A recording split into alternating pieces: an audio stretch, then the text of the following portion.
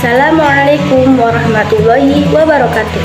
Nama saya Nika Ratnadina dengan NIM 20081080001 dari jurusan Pendidikan Islam Anak Usia Dini. Di sini saya akan menerangkan tentang konsep dasar kurikulum anak usia dini.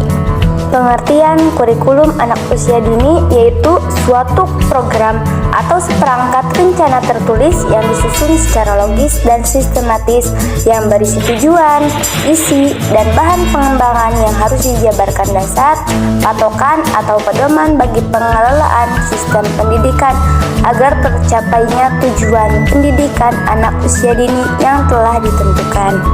Yang selanjutnya yaitu dimensi kurikulum. S. Hamid Hasan mengemukakan bahwa pada saat sekarang istilah kurikulum memiliki 4 dimensi pengertian, di mana satu dimensi dengan dimensi lainnya saling berhubungan. Dan keempat dimensi kurikulum tersebut yaitu: pertama, kurikulum sebagai suatu ide atau gagasan. Yang kedua, kurikulum sebagai suatu rencana tertulis yang sebenarnya merupakan perwujudan dari kurikulum sebagai suatu ide. Yang ketiga, kurikulum sebagai suatu kegiatan yang sering pula disebut dengan istilah kurikulum sebagai suatu realita atau implementasi kurikulum. Secara teoritis, dimensi kurikulum ini adalah pelaksanaan dari kurikulum sebagai suatu rencana tertulis. Yang keempat, kurikulum sebagai suatu hasil yang merupakan konsekuensi dari kurikulum sebagai suatu kegiatan. Dan yang selanjutnya, komponen kurikulum. Komponen kurikulum terbagi 4. Yang pertama, tujuan. Tujuan kurikulum pada hakikatnya adalah rumusan tujuan dari setiap program pendidikan yang akan diberikan dan harus dicapai oleh siswa. Yang kedua yaitu materi atau isi. Bahan atau materi yang disusun untuk diberikan kepada siswa agar dapat mencapai tujuan yang ditetapkan. Yang ketiga, proses kegiatan.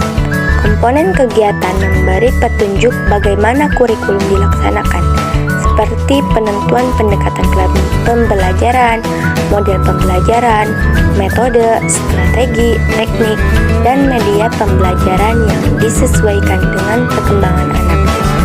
Adapun komponen terakhir adalah evaluasi, yaitu instrumen untuk mengukur dan memberikan penilaian terhadap proses dan hasil pendidikan. Dan yang selanjutnya yaitu fungsi kurikulum. Fungsi kurikulum terbagi menjadi 6. Yang pertama yaitu fungsi penyesuaian. Fungsi penyesuaian mengandung makna bahwa kurikulum sebagai alat pendidikan harus mampu mengarahkan siswa agar memiliki sifat well-adjusted, yaitu mampu menyesuaikan dirinya dengan lingkungan, baik lingkungan fisik maupun sosial. Lingkungan itu sendiri senantiasa mengalami perubahan dan bersifat dinamis. Oleh karena itu, siswa pun harus memiliki kemampuan untuk menyesuaikan diri dengan perubahan yang terjadi di lingkungannya. Dan yang kedua yaitu fungsi integrasi. Fungsi integrasi mengandung makna bahwa kurikulum sebagai alat pendidikan harus mampu menghasilkan pribadi-pribadi yang utuh. Siswa pada dasarnya merupakan anggota dan bagian integral dari masyarakat. Oleh karena itu, siswa pun harus memiliki kepribadian yang dibutuhkan untuk dapat hidup dan berintegrasi dengan masyarakatnya. Yang selanjutnya, fungsi diferensiasi. Fungsi diferensiasi mengandung makna bahwa kurikulum sebagai alat pendidikan harus mampu memberikan pelayanan terhadap perbedaan individu siswa. Setiap siswa memiliki perbedaan, baik dari aspek fisik maupun psikis, yang harus dihargai dan dilayani dengan baik. Yang selanjutnya, fungsi persiapan.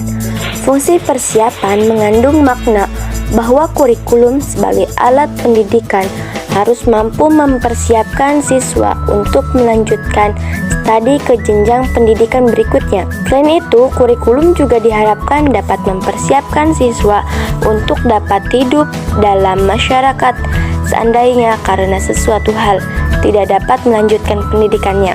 Dan selanjutnya, fungsi pemilihan. Fungsi pemilihan mengandung makna bahwa kurikulum sebagai alat pendidikan harus mampu memberikan kesempatan kepada siswa untuk memilih program-program belajar yang sesuai dengan kemampuan dan minatnya. Dan fungsi terakhir yaitu fungsi diagnostik, mengandung makna bahwa kurikulum sebagai alat pendidikan harus mampu membantu dan mengarahkan siswa untuk dapat memahami dan menerima kekuatan atau potensi dan kelemahan yang dimilikinya. Yang selanjutnya, peranan kurikulum. Yang pertama, peranan konservatif. Peranan konservatif menekankan bahwa kurikulum itu dapat dijadikan sebagai sarana untuk mentransmisikan nilai-nilai warisan budaya masa lalu yang dianggap masih relevan dengan masa kini kepada generasi muda. Dan yang kedua, peranan kreatif. Menekankan bahwa kurikulum harus mampu mengembangkan sesuatu yang baru sesuai dengan perkembangan yang terjadi dan kebutuhan-kebutuhan masyarakat pada masa sekarang dan masa mendatang. Dan yang terakhir, peranan kritis dan peranan evaluatif. Peranan ini dilatar belakangi oleh adanya keadaan bahwa nilai-nilai dan budaya yang hidup dalam masyarakat senantiasa mengalami perubahan, sehingga pewarisan nilai-nilai dan budaya masa lalu kepada siswa perlu disesuaikan dengan kondisi yang terjadi pada masa sekarang. Sekian dari saya, mohon maaf atas kekurangannya. Wassalamualaikum warahmatullahi wabarakatuh.